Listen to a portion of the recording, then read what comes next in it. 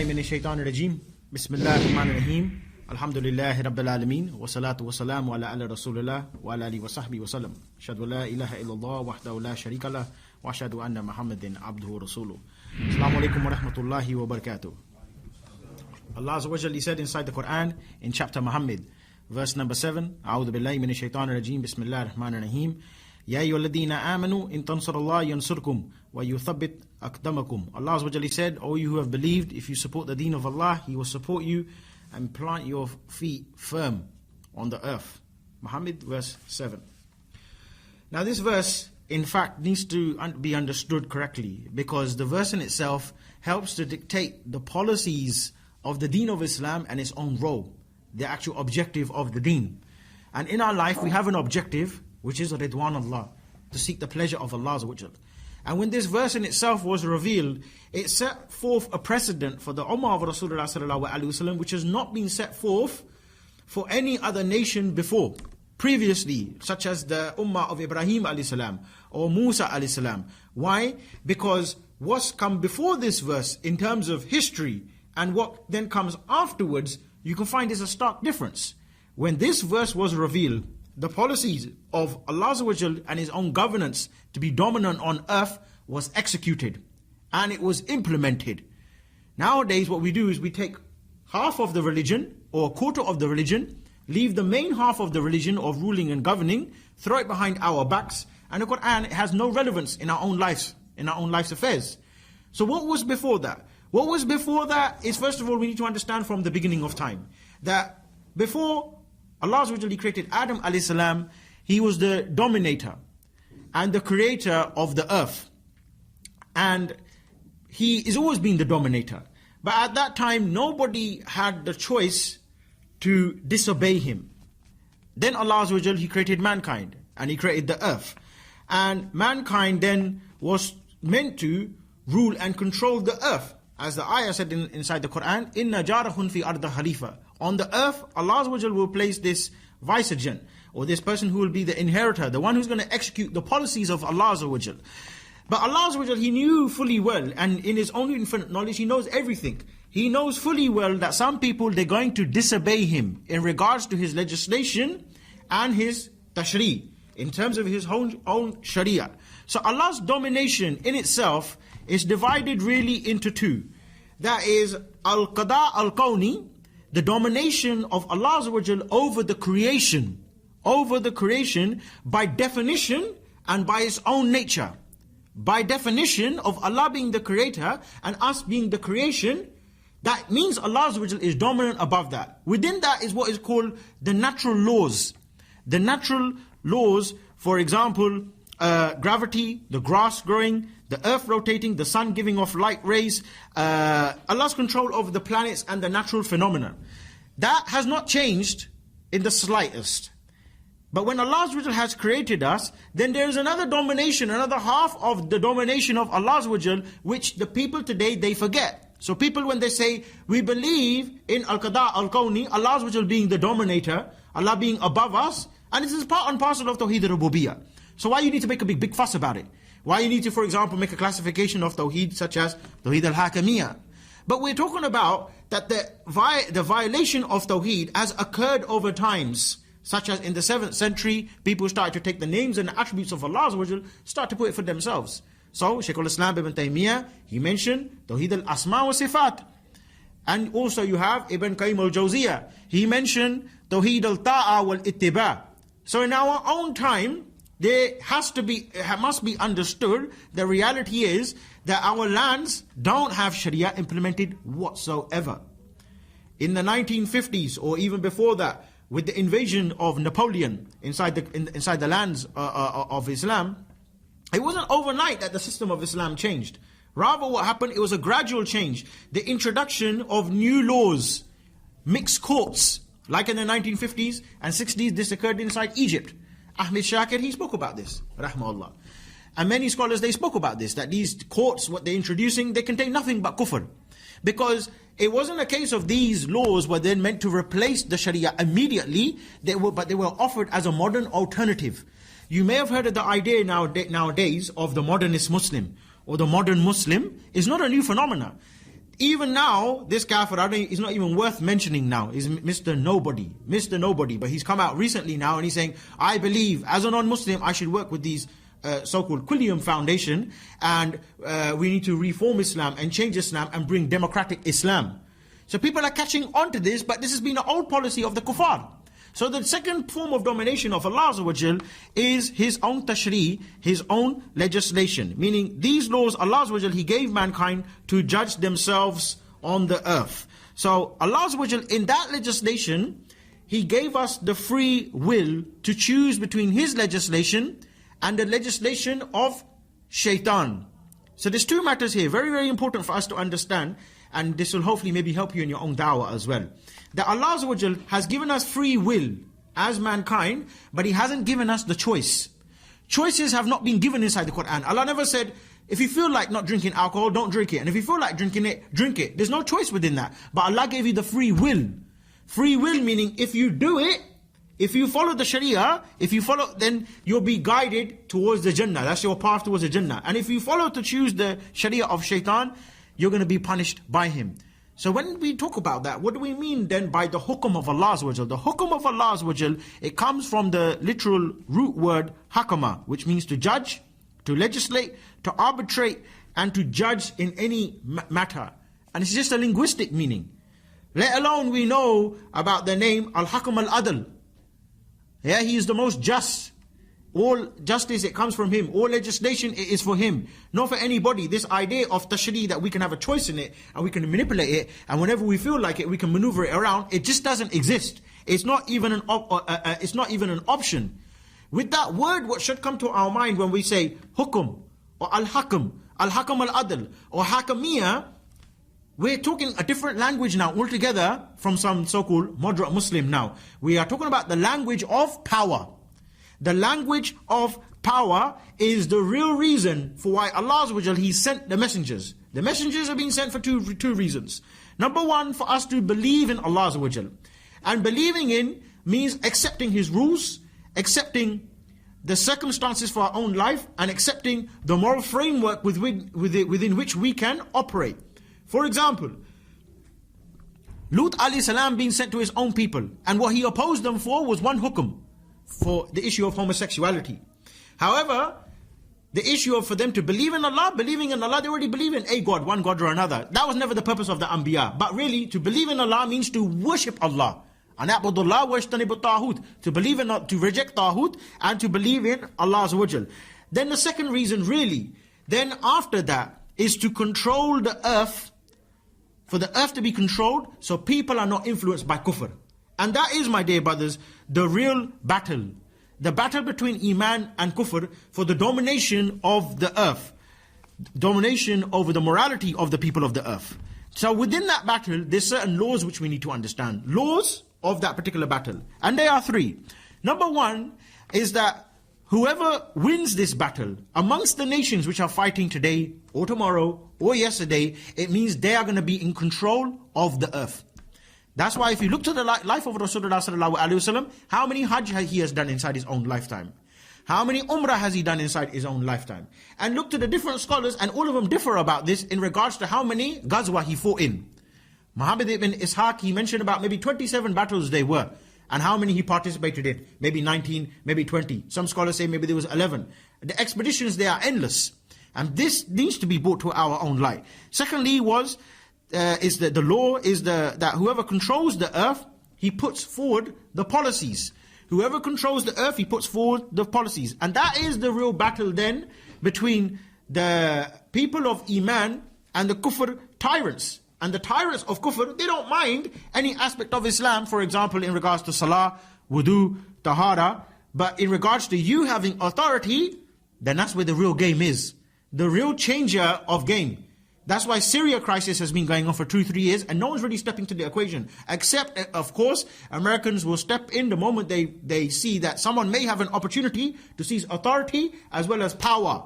The language of power. The language of power means the one who dictates the policies. The one who has control over the morality of the people. The same thing with Afghanistan. The 19 who carried out the September the 11th attacks, none of them are from Afghanistan. So why Afghanistan being attacked? Again, the language of power. Who's going to control the earth? Who controls the natural resources? Who controls the economy? Who controls the foreign policy? Because the two foreign policies, they're pretty much all the same, really. One foreign policy says that we have domination over you and we seek your own natural resources. The other domination from the other camp says we have domination over your land and you are the resources for us. Yeah? And your land is our land because your land is not your land to begin with. It's the land of Allah Azza wa Jal. Allah is the one who's Al-Khaliq. And inna jarahun fi arda khalifa. So what is there to understand?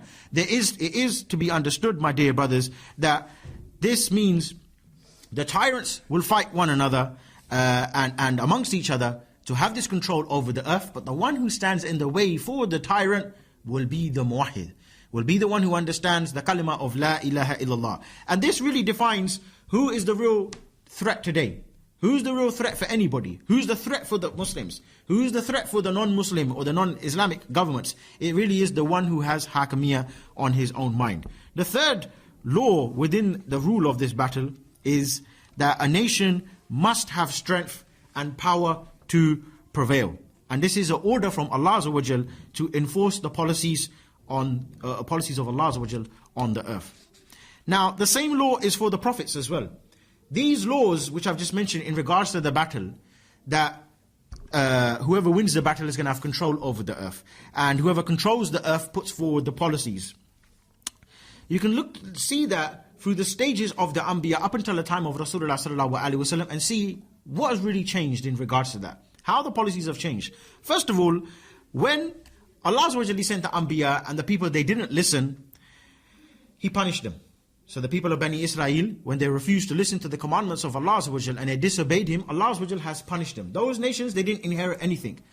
Then after that, when Allah He knows then that mankind knows there is one God and the message has been completed, then the order has come now that they are men and you are men. Now the two parties must struggle against one another.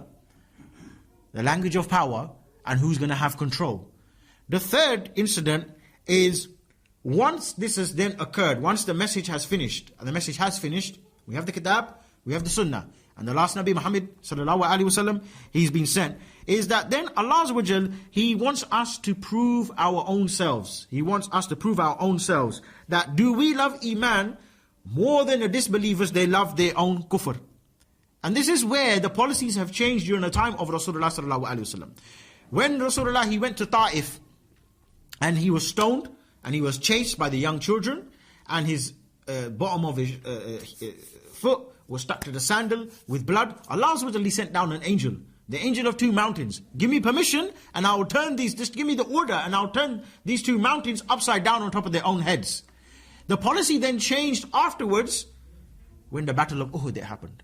In the Battle of Uhud, the policy changed. Now it's no more angel is going to come. The two main incidents or the two main lessons that we gain from the Battle of Uhud is, first of all, we know about the mistake that was made in the Battle of Uhud, which was the Sahaba were told to stay at the mountain and they retreated from that mountain. They came down from the mountain. But the second lesson is that the order has been given to fight at that particular point. Meaning, Allah then He wants to know that in terms of us controlling the earth, who's the one who's going to be willing to give the hands or the time or the health or anything that they have in order to make that control of the earth. That battle in itself nowadays has manifested in what they call a battle of hearts and minds. The battle of hearts and minds is the same idea, that whoever wins the battle of hearts and minds controls the policies. So the real game changer then is, who then is going to be the one who's going to be the winner inside this? Because the language of power means that the policies of dawah, they're very minute in regards to the quwwah. That's why one of the famous Salaf, they used to say, with strength comes power. With strength comes authority. And you see the influence of that on mass. Such as, for example, the conquest of Mecca. Remember now, Rasulullah has been through 13 years of hardship. And he's been through the Battle of Badr. And he's been through various other expeditions before that as well. And the Battle of Mecca, or the conquest of Mecca, is taking place. He went with himself with 200 believers. And within 1 hour, 2,000 people, they accepted Islam. The language of power means Allah Azza wa Jal has asked us to take from this place and from that place. The language of power, it means that dawah on itself is not sufficient enough. Without authority, it must be that. Otherwise, why should anybody listen to you and me? If we talk about Islam as a perfect way of life, it's very good for you, it's very good, it's this is that. You know, it teaches you everything. Like people nowadays, they'll talk about Islam being this and that, and it has different systems of Islam. But why should anybody listen to that person, or to me, or to you? Where's your state, mate? You're stateless. Where's your leader? Which land are you going to migrate to? If it's so perfect, 1400 years we had Islam, but you ain't got it anymore. You don't have it anymore. What are you going to do? Oh yeah, but we got, Islam teaches you to defend yourself. How are you defending yourself? You're relying on Russian weapons, for example. You're making your own RPGs and all this, that with iPads and all this kind of stuff. Yeah, and with drain pipes. The language of power means if you're not willing to sacrifice, why should anybody else be willing to sacrifice? And if you're not willing to prove that, why should anybody do it? Why should anybody do it? And this is how, my dear brothers, the kuffar, they're able to dictate the policies to us. Because only after a big struggle, democracy, it came about. And the kuffar, they understand this. The Russians, they went for a deep struggle until they gained authority. And the control is always going to be after a big struggle. Sadly, this is forgotten today. You ask many people now, I don't know where they get this silly narration from. They say, well, we're only going to be victorious until the masjid is full at the time of Fajr. And who told you that? Some Jew. What hadith is that? The Jews said that when your mosque is full at Fajr, then you'll be victorious. Really? The mosque will be full at Fajr, they'll be taking a whole of the rest of the place around you and probably bomb it as well from outside as well, and put a drone on top of you. So are you really going to trust someone like that? I'm not going to trust Obama when he's going to tell me, he's going to advise me how I'm going to be victorious. When Allah has told you how to be victorious. And that's the sunnah of the Nabi Muhammad sallallahu alaihi wasallam, which needs to be followed on how to gain victory. So the policies they're dictated by the law once the people have been in this struggle, and they hung from our own heads like a sword. And that sword, it then stays there. So establishing the sword of justice is called establishing the word of Tawheed. When we talk about the call to Tawheed is to establish authority for the land and the earth to be governed by Tawheed, and making sure that the state of Tawheed, it stays there. And even the kuffar, they understand that. If, for example, you go to the Royal Courts of Justice or the Old Bailey or whatever, they got this statue of a woman. She's got a blindfold on her. So kind of justice, you get blind justice. Yeah. So the moment they walk in, Muhammad is guilty. Yeah. Like that. Yeah. Umar, yeah, he's guilty. Like that. Yeah. On one side, she's holding a scale. And on the other hand, she's holding a sword. And the sword, it stays there. So once the Sharia is established, the scale is there, the justice is there. And Ibn Taymiyyah, he mentioned this. He described the entire Sharia like this. That Islam has a pillar, the Kitab, and its own supporting pillars are the Sharia and the sword as well. It stays there. It's like this balance of power.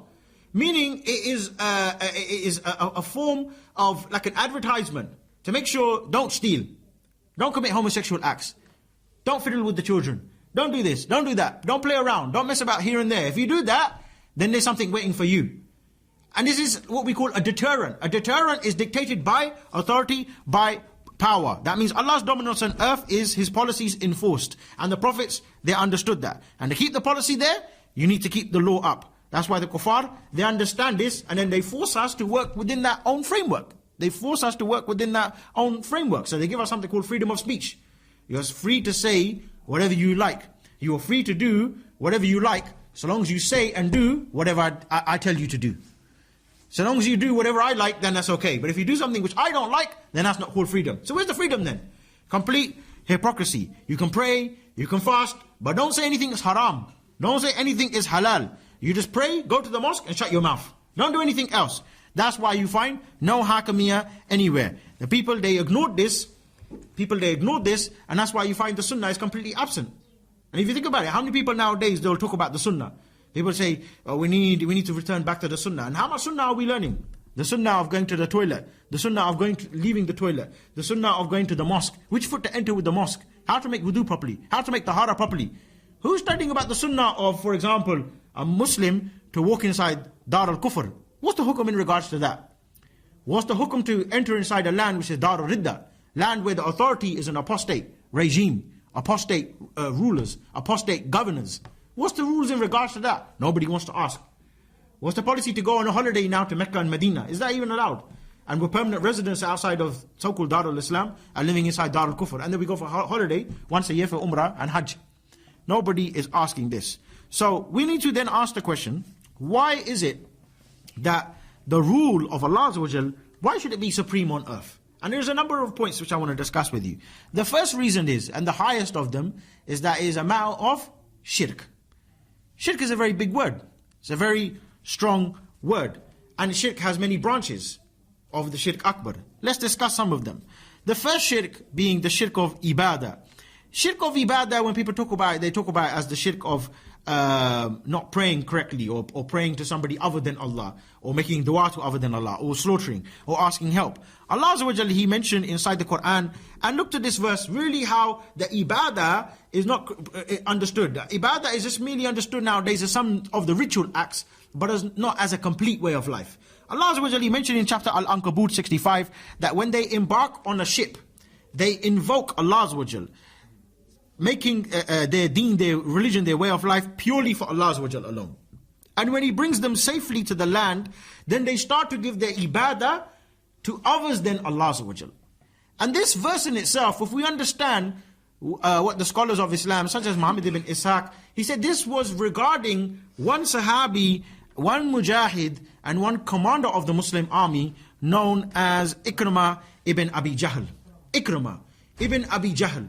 His background needs to be understood for us, because he was on this particular ship after he fled Rasulullah from the conquest of Mecca. But just look to his background. His background is one, he's the son of Abu Jahl, staunch enemy of Rasulullah sallallahu alaihi wasallam. He was the one in the battle of Badr, he witnessed his own father Abu Jahl with the arrows being fired inside his own chest. He made a vow and he made a pledge that I will fight Rasulullah sallallahu alaihi wasallam.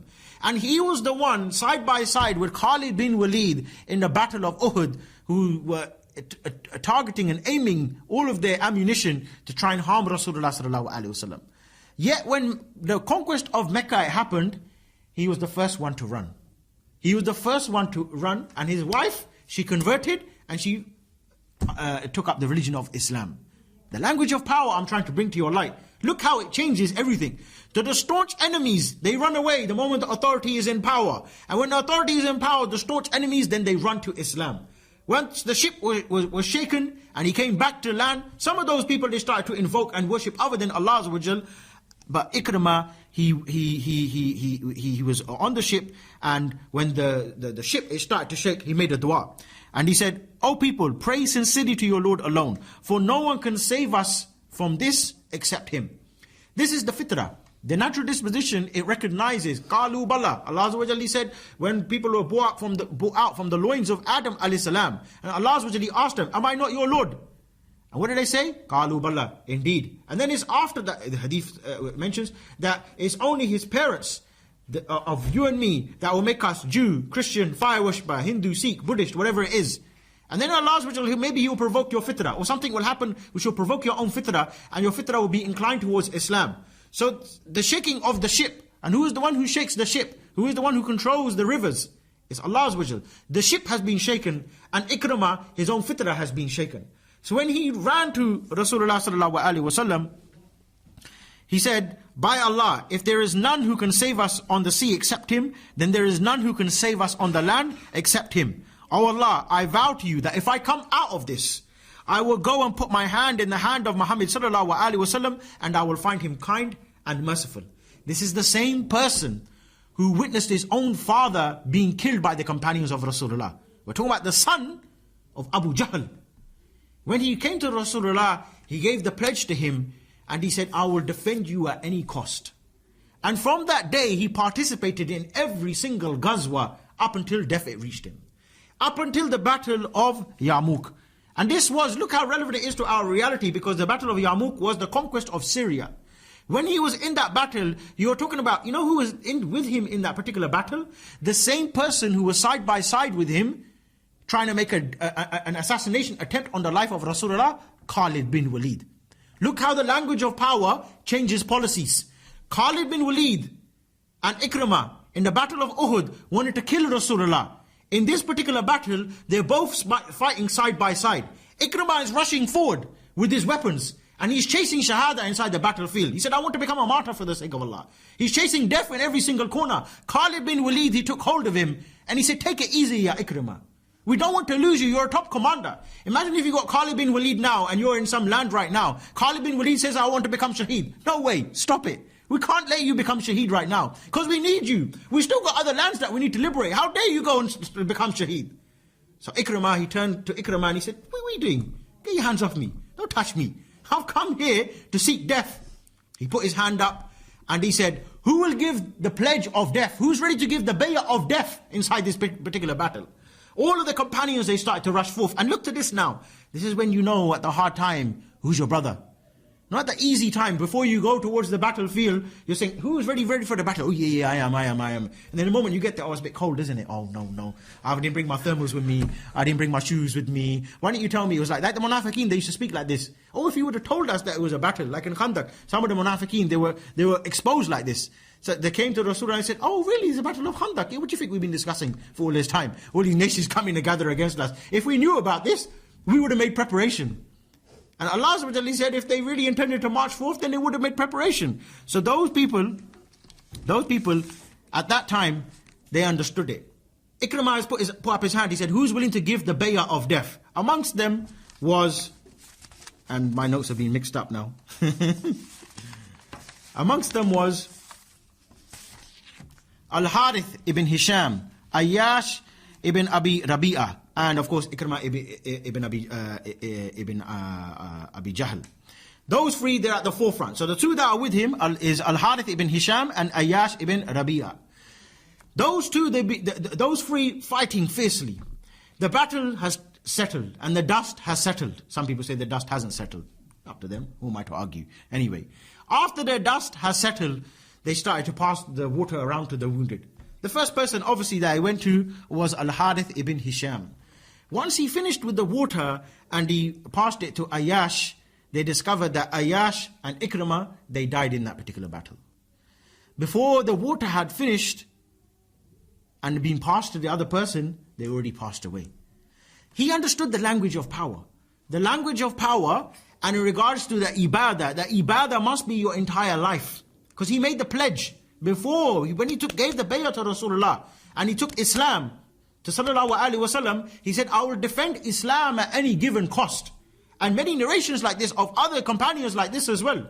They said when we gave one companion, he said when we gave the bay'ah, I believe it was Ja'far, he said when we gave the bay'ah to Rasulullah, we gave the bay'ah to speak the truth at any given cost, at any given time, wherever we are, and to sacrifice everything that we have for the sake of Allah. Shirk of ibadah, when you start to direct your worship in terms of your own day-to-day affairs to somebody else other than Allah, in regards to your own legislation, in regards to your own hakamiyah, which is the second form of shirk that we need to speak about. Shirk al-hakamiyah and shirk al-ta'ah. Shirk in his own legislation, his own governance. Shirk in obeying other than Allah. For example, obeying somebody in contradiction to the laws of Allah. Now, let's look to a couple of verses in regards to what the ulama, they said regards to this.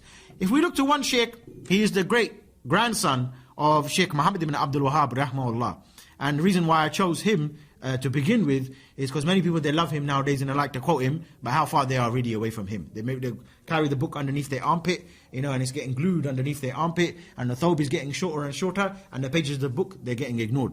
He said, Abdul Latif ibn Abdul Rahman, he said, he was asked from the Bedouins during his time. He said, some from amongst us, they judge in accordance to the customs of their fathers and their grandfathers. So these people, they judge in accordance to their own grandfathers, their own culture, their own previous laws. Do we label them with kufr after it's been made clear to them that this is not permissible, and they continued? He answered, whoever takes the judgment to other than the book of Allah and the sunnah of his messenger after it's been made clear to him, then he is a kafir. He is a kafir. And then he quoted a verse, chapter Ash-Shura, verse 21. Do they have partners for them legislating the deen? Allah did not give them permission to legislate. And had it not been for a clearly judged word, the matter between them would have been judged, and the oppressors truly have a painful punishment. Meaning Allah Azza wa Jal, He labeled those who legislate as making partners with Allah Azza wa Jal and being mushrikeen. What about then today then? When people say we're going to make referendum to United Nations or towards kufr law, and we're going to dictate our own policies within our own lands, not according to some Bedouin.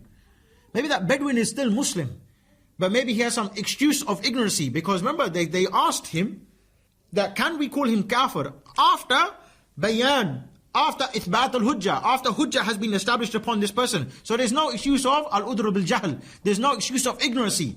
What excuse of ignorancy can you possibly find for someone who's referring his law to United Nations, but he himself, he says, I am custodian of the 2 holy mosques, and I have a mufti who is hafiz of the Quran.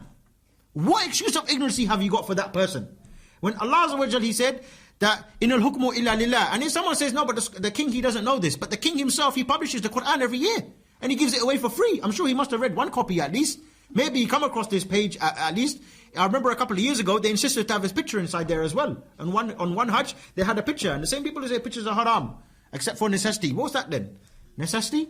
I remember I was in Regent's Park Mosque once and we were queuing up for biryani with a little chicken piece and rice, and we were talking about the king, and the people said, MashaAllah, you come here and you insult the king, but you're happy to have his chicken leg that he donated, innit? I said, these people giving away our oil, these people giving away our lands, at least we can reclaim back his one chicken leg and some biryani and rice. You know what I mean?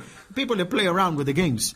Shaykh al-Islam ibn Taymiyyah, and let's mention about 3 quotations from him very nicely. And it's Majmu' al-Fatawa, volume 28, page 524. He said it is known from the deen by necessity. Ilm al-Darura. You know, we talk about Ilm al-Darura, it means the layman and the scholar, they don't have any ignorancy on this behalf. Like someone says, alcohol is haram. Wow, Shaykh al-Islam, mashallah, you want a certificate for that, mate? No. Everybody, they should know this. Hajj and Siyam is part of Islam. Fasting, 5 daily prayers, this is all part and parcel of Islam. You can't tell me you don't know this. He said, it's known from the deen by necessity of the Muslims and by the agreement of the Muslims, meaning ijma' of the ummah, ijma' of the Muslims, that whoever permits following of a religion other than the religion of Islam, or following a sharia other than the sharia of Muhammad sallallahu alaihi wasallam, then this person, he's a kafir.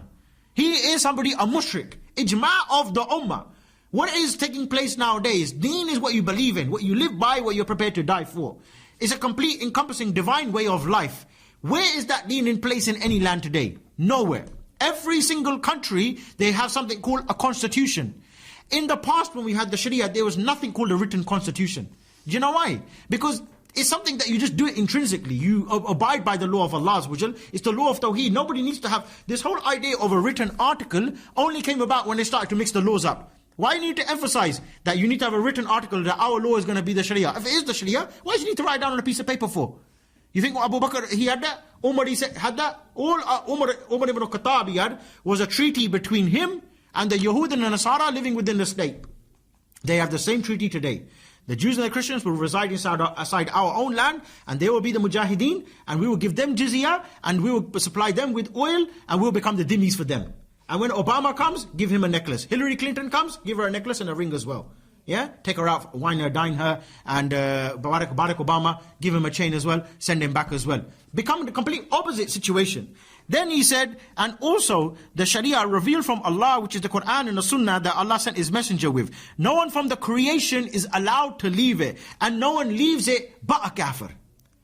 And that's why he said that even if there is a land with 5% Muslims, and 95% kuffar, still the law of Allah must be implemented. Still the hukum of Allah should be above it. Because he said, no one from the creation is allowed to leave it. Meaning even the jinns, even the birds, the animals, or even those people who are less than the animals living inside the state, they can't leave the law of Allah.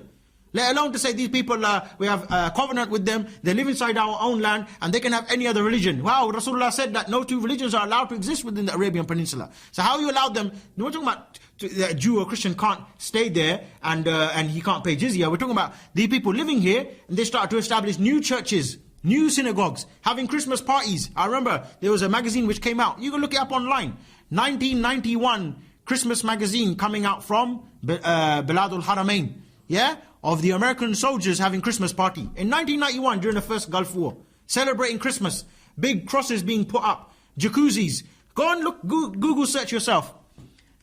Purchase a 1-bedroom apartment inside Saudi Arabia for American military personnel. You can buy one. You can buy a permanent little condo, or they call it like an apartment there inside Saudi Arabia. Next door on that same compound, you'll have Burger King, basketball court, jacuzzi, cinema, everything. All of that. And we're not just talking about any old kafir, but no, he's got skills. That's what they say. Another excuse they bring. This person has got skills which we don't have. You're not talking about some chef who's come from India and he's good at making a karai chicken. No one else can make it. You'll find them all day long. You go to Mecca, you'll find these people all day long. What do you fancy? Biryani, KFC, McDonald's, you got it all. I never really left London, did I? I've got everything here, innit? It's not that bad of a trip. No matter what background you're from, you could be from Egypt, Bangladesh, Sudan, whatever. You'll find all cultures of food. But here you find what type of soldier you want. British, American, European, all of them are there. Whose blood we're going to spill? Muslim blood. And it's all there, any cost, no problem. Ibn Taymiyyah, his reality was what? That the Tartars, they came, they replaced the law of Allah. How then can we bring out 10,000 hadith and pull out all the way time from Rasulullah sallallahu alaihi wasallam and the Salafus Salih? Obey the ruler even if he lashes your back. Yeah, but that ruler today and that ruler today is completely different. The only reality which is matching our own time today is during the time of Ibn Taymiyyah. Those time, I can't even mention his fatwa to you. I'll get arrested for it. His fatwa was clear cut. You can go and look it up your own self, his kind of fatwa that he was giving. Yeah, maybe I can mention it just in the context of what he was saying during his time, but we're not applying it to our own reality. But he was saying even if you find the blind people, he said kill them. These people who are replacing the law of Allah, even if they're in the mosque and they're bowing their heads down, and he said even if you find me amongst those same people who replace the laws of Allah, and you find me in the mosque praying, he said take my head off as well. This type of fatwa Shaykh al-Islam Ibn Taymiyyah was giving during his own time. I know we're not saying for anyone to be killed, but just merely to understand that look, how you can accept a kufr law to be in place and then make 10,000 excuses for that person. One Muslim does one action and he's sincerely following the Quran and the Sunnah, and you have this different disagreement with him and you call him a dog of Jahannam. You say he's from the Khawarij, he's from the Khawarij. At least Abdullah ibn Abbas, when he debated with the Khawarij, he had adab and he had akhlaq and he had mercy upon them. Not like these people today, complete opposite. Anybody who wants to struggle for Allah, he's Khariji. Anybody who's got a 10-foot beard and a 7-story turban and he's working for the king, this, mashallah, he's a good sheikh. He can say he can do whatever he wants. If you look to some of the fatwa that they release, the best jihad is to join the intelligence agencies and to arrest Muslims. And one brother asked, he said, I'm thinking about going to Palestine. What should I do? No, look after your mum. Yeah? No, can't liberate any land. Peace with the Israelis. Peace with the Americans inside that land. Peace with all of the different armies, all of the different nation states. They're all uli amr. How many uli amr we got? Rasulullah said, not allowed for us to have two leaders. If two of them they claim amaraship, then one of them he has to be disposed of. One needs to be thrown inside the bin. We got 54, 55. And whenever it fancies them, whenever it tickles their fancy, they quickly release a fatwa, Mubarak is a kafir. Then 10 minutes later, Mubarak he made up. He sent me a letter. Take the takfir back. No, he's right. He's my brother now. So all this kind of different rubbish and nonsense. And then he said, whenever a person legalizes what is illegal by consensus, or illegalizes what is legal by consensus, or replaces the Sharia that is agreed upon by the consensus, then he is a kafir by the consensus, by the ijma', by the ulama of fiqh. Majmu' al-Fatawa, volume 3, page 267. Meaning those that follow and obey those legislators, what is then their status then? You know what people are asking this question now, what are you going to talk about the rulers all the time for? How does it affect you? It's a matter of ta'ah to us. Because he's an authority. Allah said, obey Allah, obey the messenger, and those in authority amongst you, if they obey Allah and his messenger. So what about if I obey somebody who doesn't obey Allah and doesn't obey the messenger? Or he orders me to disobey Allah and disobey the messenger. Just one hadith. No two religions are allowed to exist within the Holy Land. He said it's fard to have two religions inside the Holy Land. He said it's wajib to have two religions inside the land of Rasulullah. And you must respect those people. And in fact fuel them up and build for them their own sites for their aeroplanes to take off. Is that allowed? We say with every action requires hukum shari, requires ruling in regards to that. For example, Imam Abu Hanifa, he said it's not allowed to put the belt around the waist of the Christian who's going to the church, or the one who's the fire worshipper. It's not allowed to give an egg on the day of the festival when they celebrate their own Easter. So what would Imam Abu Hanifa think, and what would he say about saying 1 million American troops can sit there and we'll fuel up their tanks, and in fact we'll build their military compounds for them as well. We'll make you Burger King as well. Which one you want? Big Mac or Mega Mac?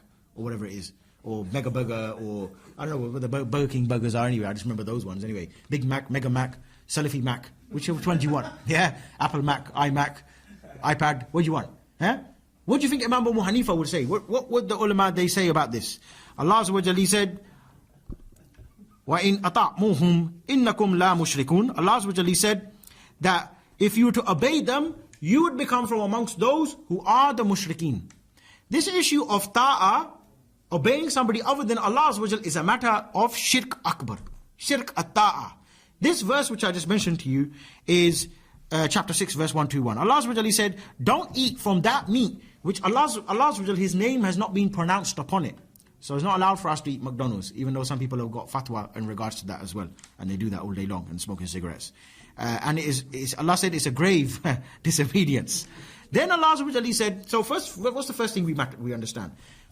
Meat which doesn't have Allah's name pronounced on it is not allowed for us to have that. Then Allah Azza wa Jalla said, devils, shayateen, and their own awliya, they inspire you to eat from that meat. And if you were to obey them, indeed you would have become mushrikeen. You would become associators of partners with Allah Azza wa Jalla. This verse was revealed regarding some Yahud. They came to some of the companions, and some of them were new Muslims in fact as well. And they said to him, why don't you eat from this dead sheep that's on the ground?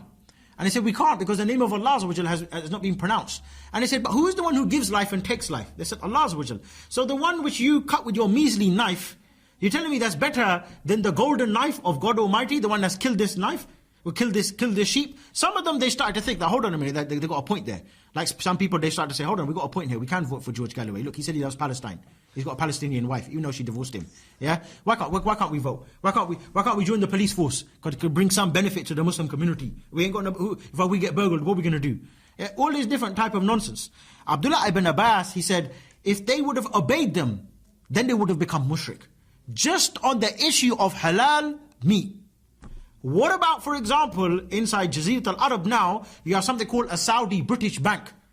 If we're to obey them and accept them in this, and call it a Sharia, if we ourselves, just by our tongues, we're just living here, not even to go there, just to defend that king, we start to make istihlal by our own tongues and start to say, that bank in itself, no riba. It's called the Saudi British Bank, full of riba in fact.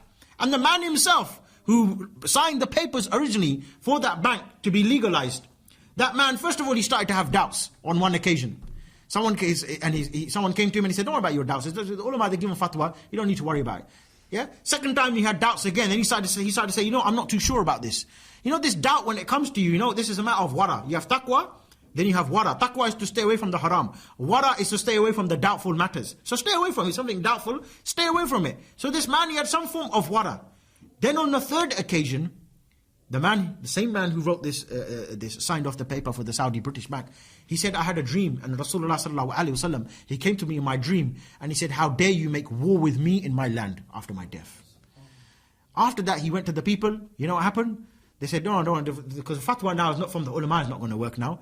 Next thing you know, the guys are coming with the white coats, short sleeves, long necks, and the little beady glasses on. Put him in a wheelchair. I don't want to sit in the wheelchair. My legs are fine, but they ain't going to be fine. Sit in the wheelchair. Put him in the wheelchair, wheeled him off. He's gone to a mental institute and he's locked up now. Saudi British Bank.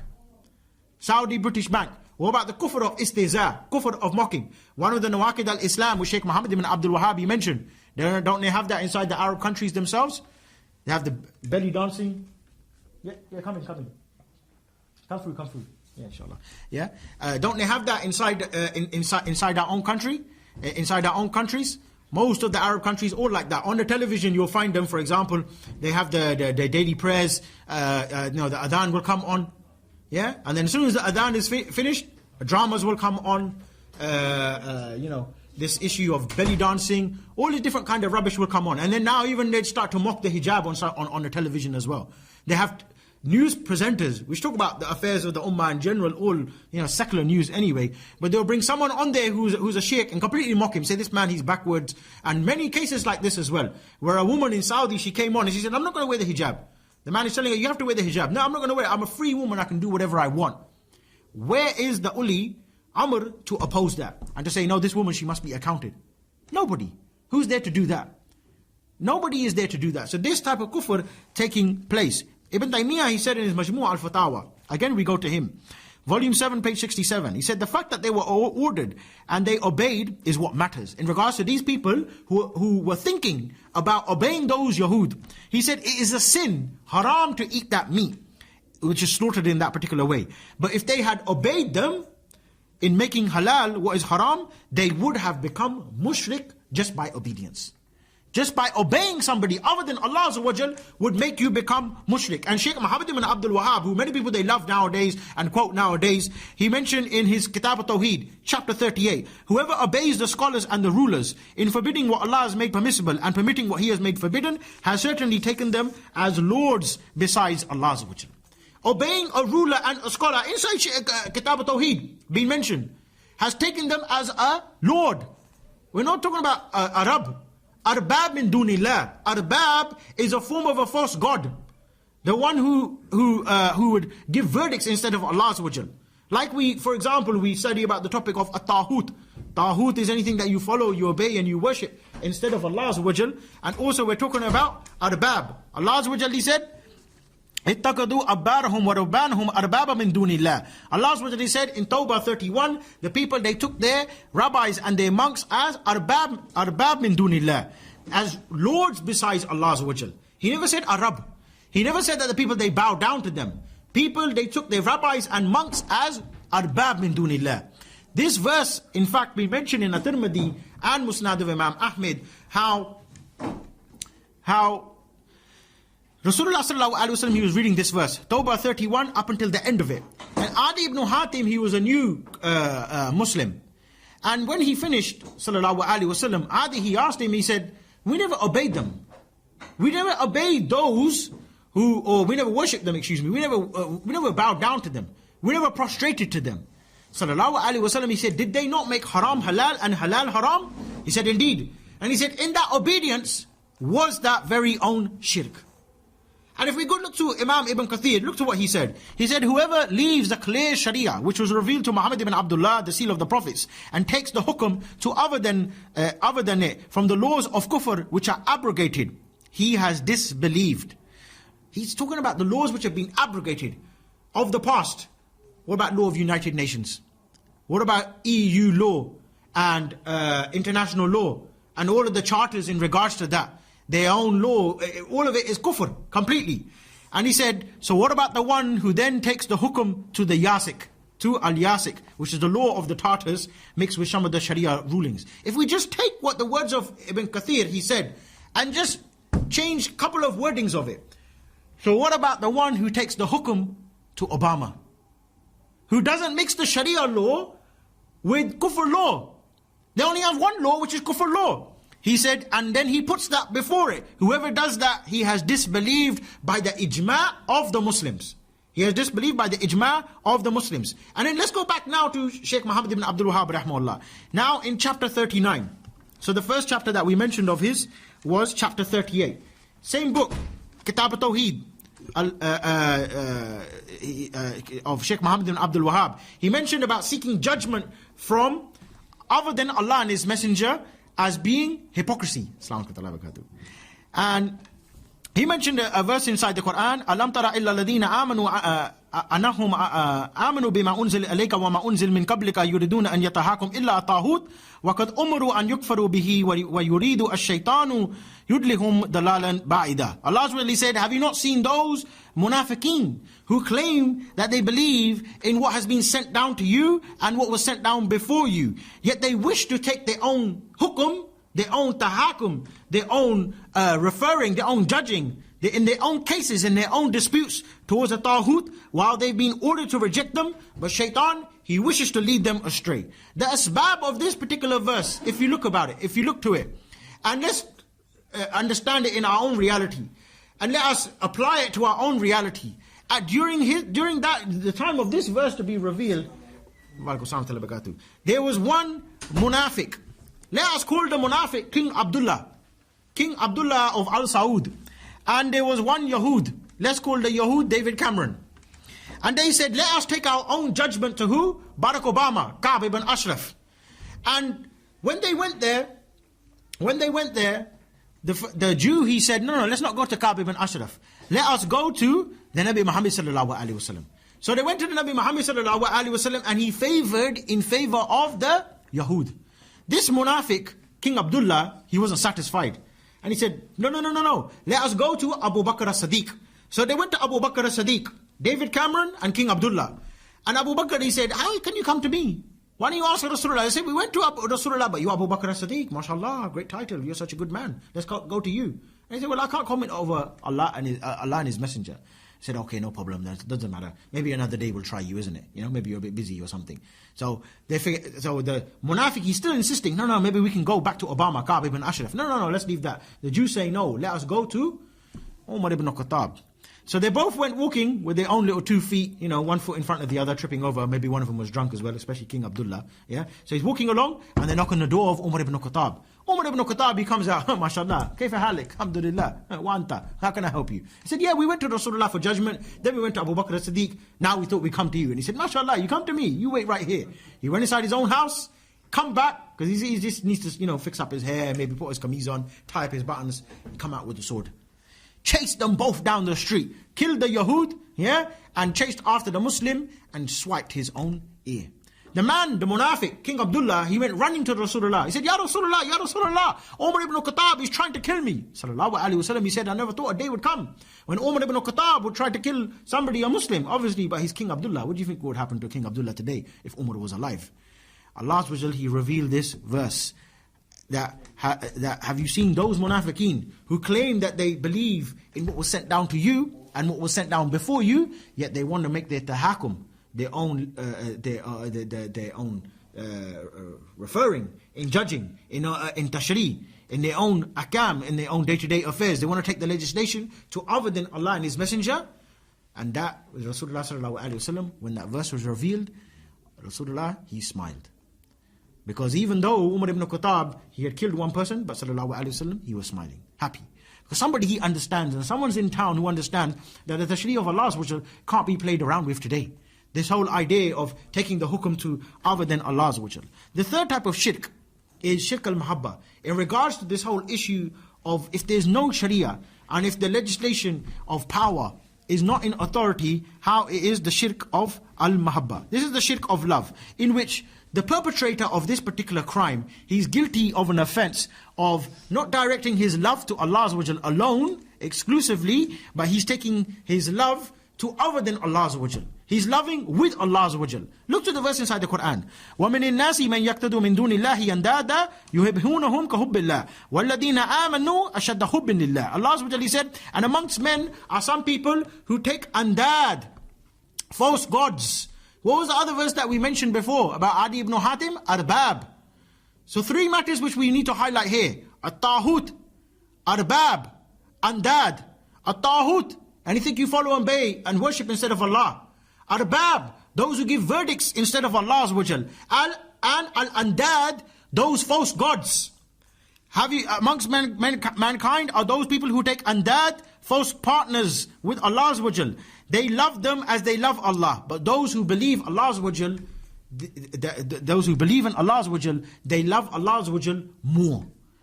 How can we then claim to love Allah? You say you love Allah. With your own wife, for example. You can't claim that you love your own wife and say to your own wife, I love you, I love you, I love you, and now I'm going to have a second wife. Just slap you in the face. Maybe you say it's not working out, maybe I could do this, maybe I could do that, it's permissible, this. You argue from that angle. But you're not going to come with that angle. If you're going to try and approach your wife to get a second wife, you're not going to use words like that. You're not going to say, because I love you, that's why I want to have a second wife. That doesn't work out. So how you claim that I love Allah exclusively, but I'm going to have a partner with you?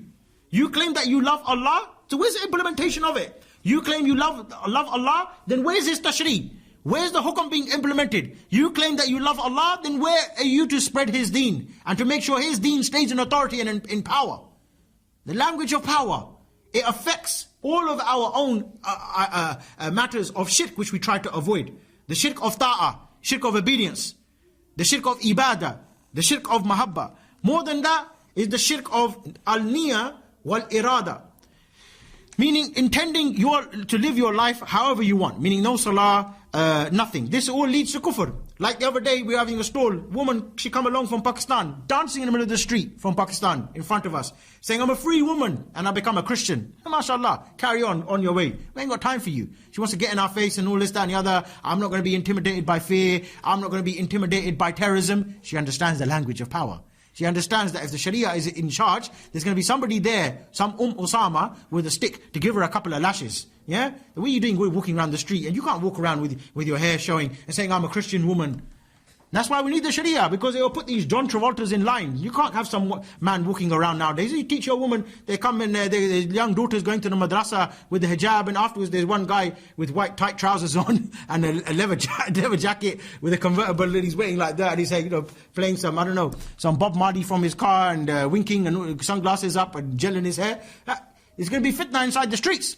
We're here talking about Allah. Outside, the man is out there with a mobile phone and a woman. You go crazy. You go out of your mind when you go out inside the street. How are you supposed to live by the Sharia?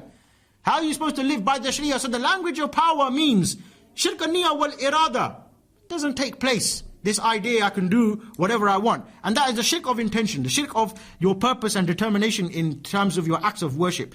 Making it to Allah, not to somebody else. To understand this shirk, we can refer to a statement of Allah Azza wa Jal in chapter Al-Hud, verse 15 to 16. Whoever seeks whoever seeks after the life of the dunya and its own glitter, whoever seeks this life, to them we shall give in full their deeds. They will have no reduction of it.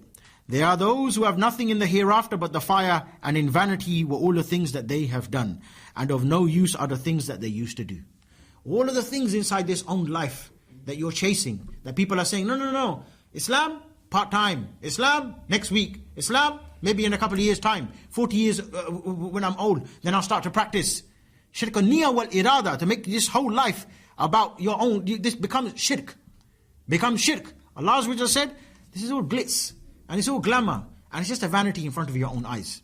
In the end, you'll die like Michael Jackson, with the best friend as a monkey and one glove, or like Amy Winehouse, drunk, or Biggie Smalls, still overweight. Tupac with no hair on his head. Look at all of them. All of them, how Allah has humiliated them. Got cancer, got diseases. Even Steve Jobs, for example. He couldn't stay alive for the release of iPhone 4 or iPad 2 or whatever it was. Yeah, he couldn't. It was like they didn't know what to do when they come out, and they had the Apple conference in San Francisco. I remember I was watching it live. Right? I was watching it. And they're like, where's Steve? We don't know where Steve is. Oh, someone else is here now. Sheikh Tim Cook has come out, and he's doing the speech about the new iPad. 2 days later, they had to make a press release. Oh, he died. Died of what? Cancer. Forget about him though. Don't worry about it. Doesn't matter now. Now we've got Tim Cook now in charge. Even him himself, he went on something called like a Weetabix diet or something like that. He went on a cereal diet. Just because he thought, he was told by some idiot that it could prevent you from dying.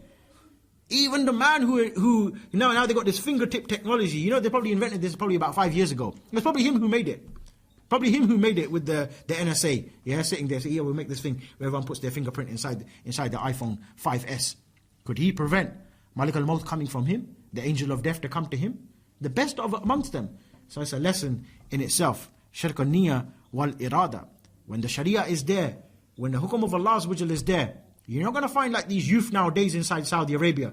They're driving with cars like that, sideways, on one wheel, or with a thobe on. Yeah? And mashallah, nice revert brother from London turns up there and he says, oh mashallah, look at that talibul ilm, innit, mashallah, because he's got a thobe on. Yeah, and he's got a book underneath there. And he's laughing at these people. You're going to come from non-Muslim land with your broken Arabic and telling him, Aki, that's bid'ah. Aki, bid'ah. That's not how you say it properly. Go back home, where are you from? You know what I mean? Yeah, and playing around like that. This is what's going on there. Inside the land of Rasulullah sallallahu alaihi wasallam. How much zina is going on there. I remember I read about a survey many years ago.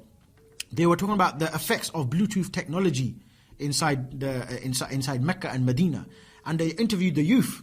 There's like a cross section of the youth, just like a sample of them being interviewed. What do you think about Bluetooth technology? Nobody uses Bluetooth nowadays anyway. We're all on WhatsApp now anyway, yeah. But Bluetooth technology, and the youth, they said this is very good because now the imams and the Molanas and the Shayuk, they can't control about how we can send love letters and free mix with the opposite gender inside the classroom. And how are you going to enforce this is by having the sword of Tawheed in place. Someone there with the stick, that when anybody steps out of line, that's not going to happen. Free mixing within the schools, we're suffering problems over here. Muslims can't have beards inside schools. Girls can't wear hijab inside schools. And everybody's thinking about long-term plans of what? Staying here forever. Living here forever. And what are we going to do here forever? We're going to do what we're going to do here forever is we're going to have schools, education, live here in the long term, establish this, establish that, and after plowing hundreds and thousands of pounds of money, afterwards, what happens? We find out that we have to shut down the school, we have to close it down, we can't live here anymore, someone's getting deported. Nowadays, even this Theresa May, now she's stripping passports of everybody. So people need to think of a long-term goal, that the Sharia of Allah which needs to be implemented, and who's going to implement that? Who's going to have the authority in regards to that? So we'll take a break there, my dear brothers, for Salatul Maghrib, inshallah, and then we'll come back, inshallah, and then we'll study the next part of this topic, which is why should the rule of Allah be supreme on the earth, and also how can we reclaim the language of power, inshallah. Wa sallallahu Sayyidina Muhammad wa ala alihi wa sahbihi wa sallam. Jazakallah khairan.